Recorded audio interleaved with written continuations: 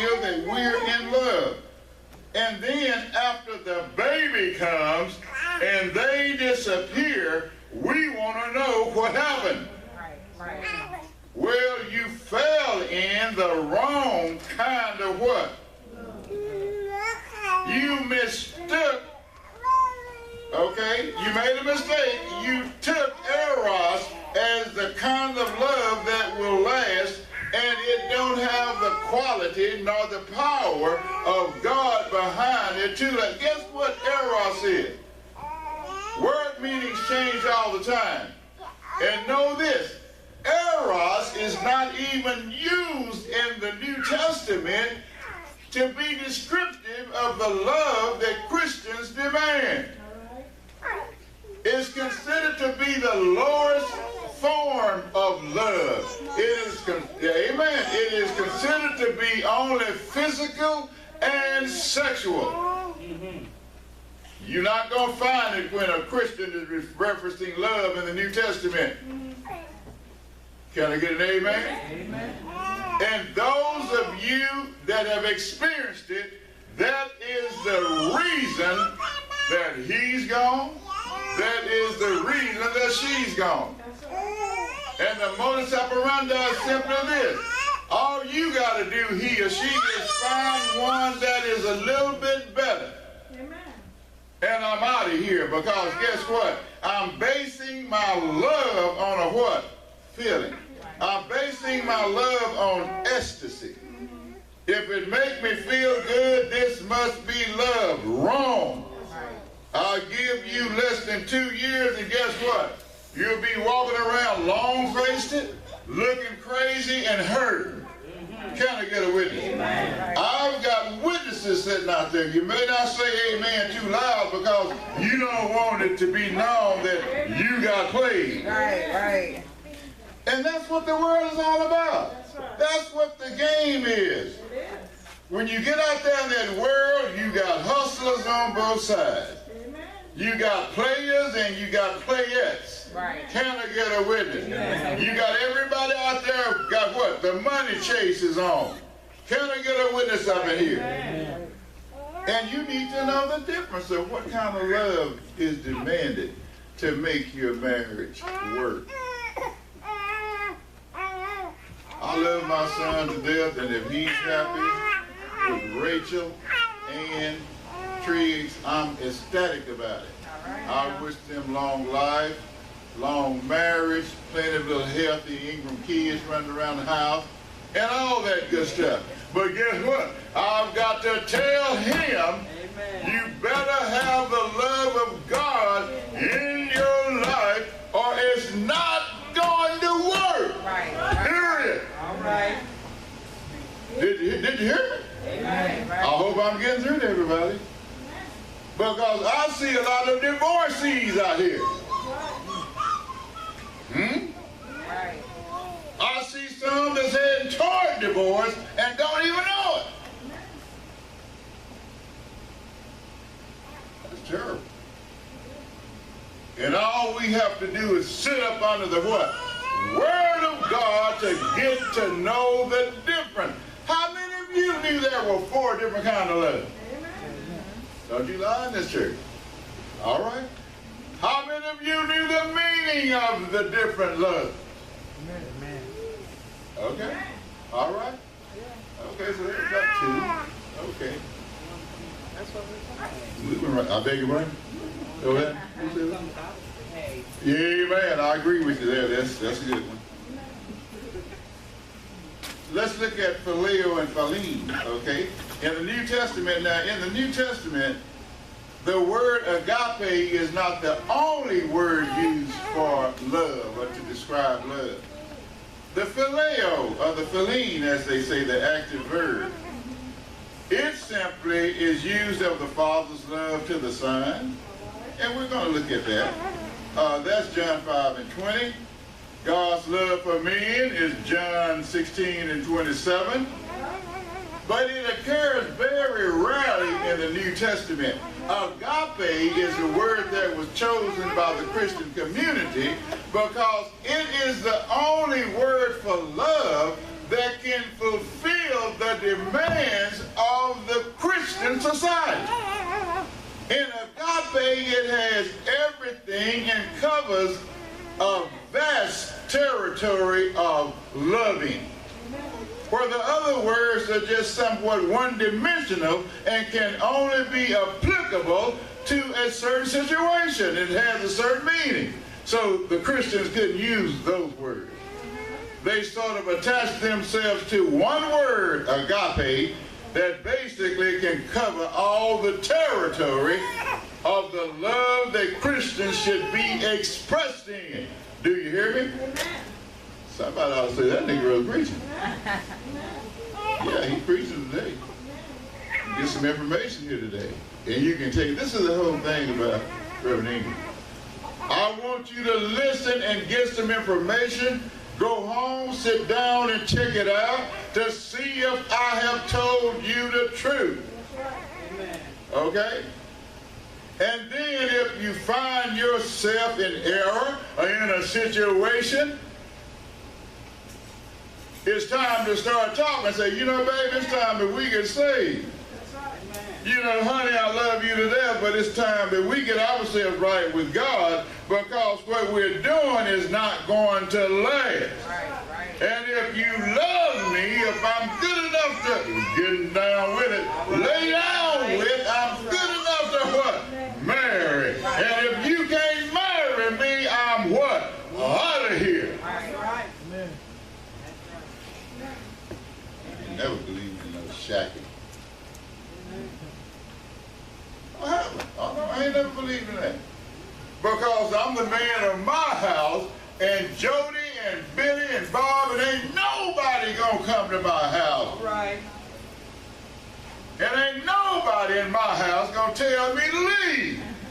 You leave. I ain't going nowhere. You're right. We ain't going nowhere. And we gonna sleep in the same bed. I don't care how mad you are. Amen. And see the Posturepedic feel good. I said, what make you think I'm going in the other room? Must be crazy. You better tighten up and suck it up and grit your teeth and go on about your business. All right. Yeah. Amen. Yo, TV, that's our TV. I'll tear it up before you leave here with it. Burn this house down. How you like me now? Hey, you ain't going nowhere. You ain't doing that. You ain't Lord have mercy, then I'd have to get that double barrel and wait on our sons. Dad over there mistreating mama. I'd have to shoot Bobby first because he's crazy. I'm just playing with you all. You know, I love my son more than anything. We had a wonderful time. I enjoyed talking with them yesterday. We really got loud and rowdy. And I see myself in each one of them. I see me in each one of them. It just tripped me out. Had a good time. Moving on. So Christians, the Christian community concentrated on what? Agape. All right, that's the one you've got to have. If you want to live a productive life in this world and you want things to work, if you want to keep your job, you'll need some agape. If you want to have proper relationship with your brothers and sisters, you'll need agape. See, now, EROS, STORGE, and PHILIA. PHILIA is basically Philadelphia. That's the love what? Between family. Kind of like love of a child, mama loving a child and the child reciprocating. That love is family love, the near and dear, my kinship. You don't have to do anything to love your brother. Right. It just comes out of the emotions. It's just natural, right? Amen. All right? Then we look at Eros. We fall in love. You didn't have to muster up anything to say, I'm going to fall in love with her. No. When she showed up and you took one look at her, you fell in love. Right. Can I get a witness up in here? Amen. Okay? And then you get that kindly, that feeling and love but for your leaders and for your country. And when the national anthem is played and the flag is waving, you are in love with your country and you start tearing up. You're patriotic. That's another kind of love.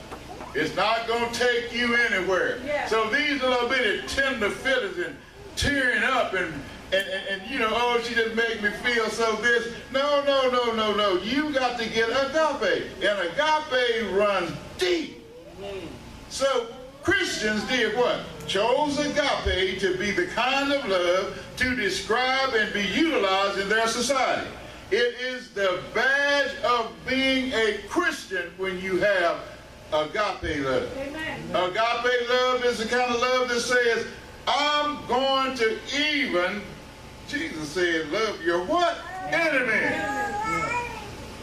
The other three loves, they come out of the emotions of the heart.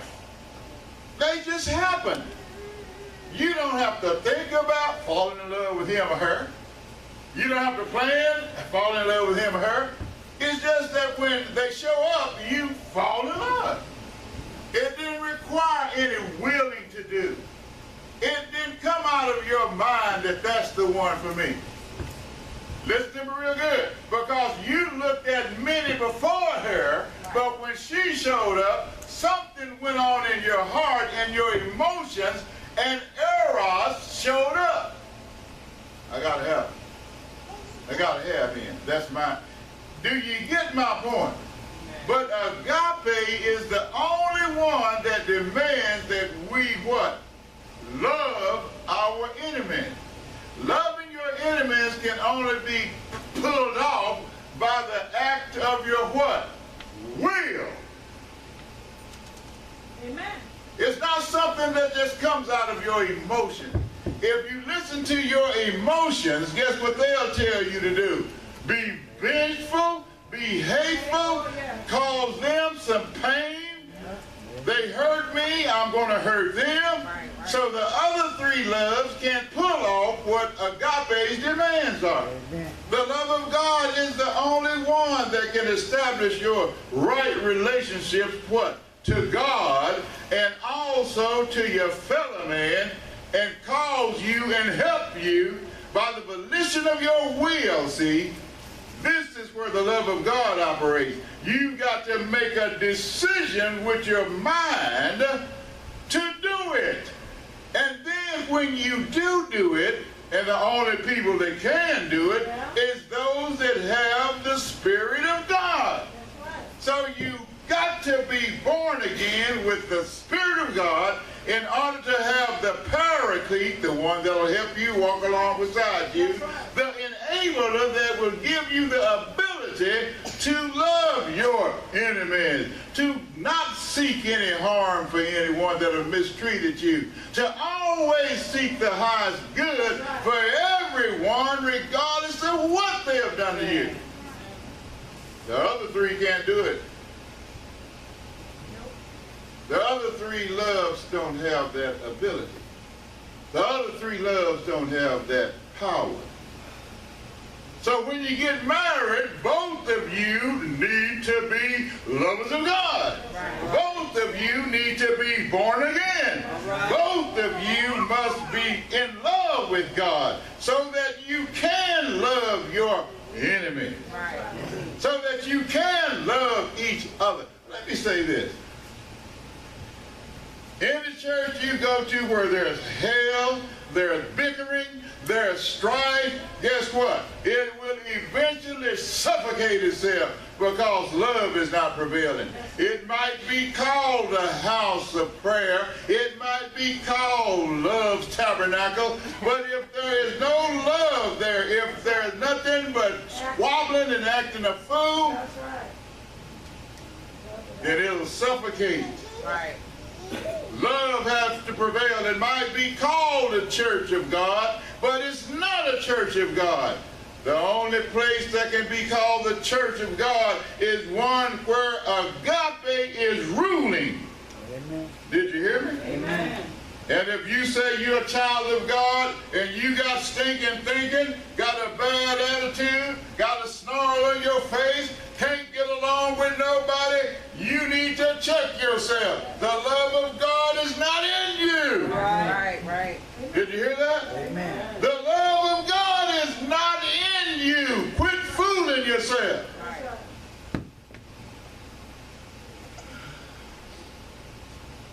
And the greatest of these is what? Love.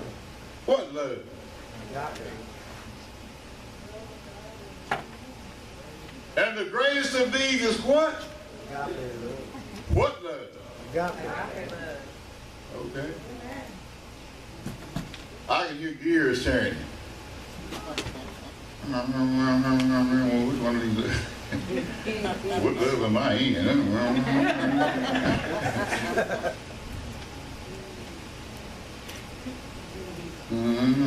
Yeah, I may get a mistake.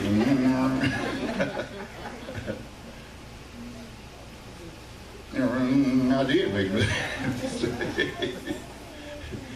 You've been married 3 or 4 times, that means you made some what? Mistakes! You got to be like David Crockett and just say either have it or don't have it. Make absolutely sure you're right, then do what? Go ahead. Okay. You got to know this. The love of God is a prerequisite for marriage. You can't get around it. You can't get around it. And marriages are just so beautiful. I look at women, they break down and start crying when the bride is marching in. What you crying about? You know what you're getting into? I always wondered that. What y'all be crying about? She looks so beautiful. Is that Yes, it's just the moment. Everything is just right. Yeah. Perfect. You know? What you crying at funerals for then? I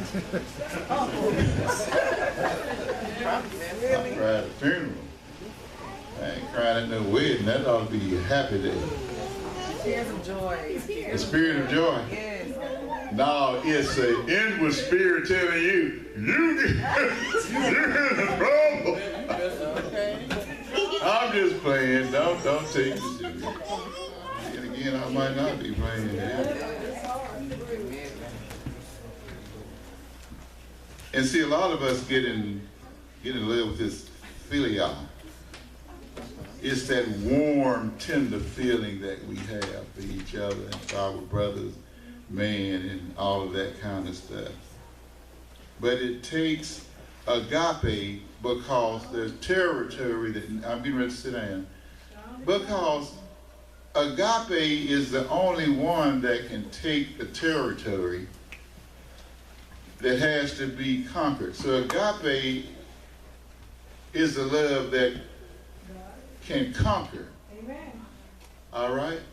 It can make advancements. It can hold on to what's right. It can help you love your enemy, not with that old false I love you. You know, somebody hurt your feelings or don't treat you right or clown you. A lot of us just say, I love you. Are you forgiven? No, agape has the power, the Spirit of God, to help you pull it off. That's right. And you can really, really mean it. People, you won't seek revenge. You won't want vengeance. You will always, see, agape is this kind of love. I will always seek the highest good for everyone, regardless of whether they're a saint or sinner. Okay? I'm going to always seek their highest good.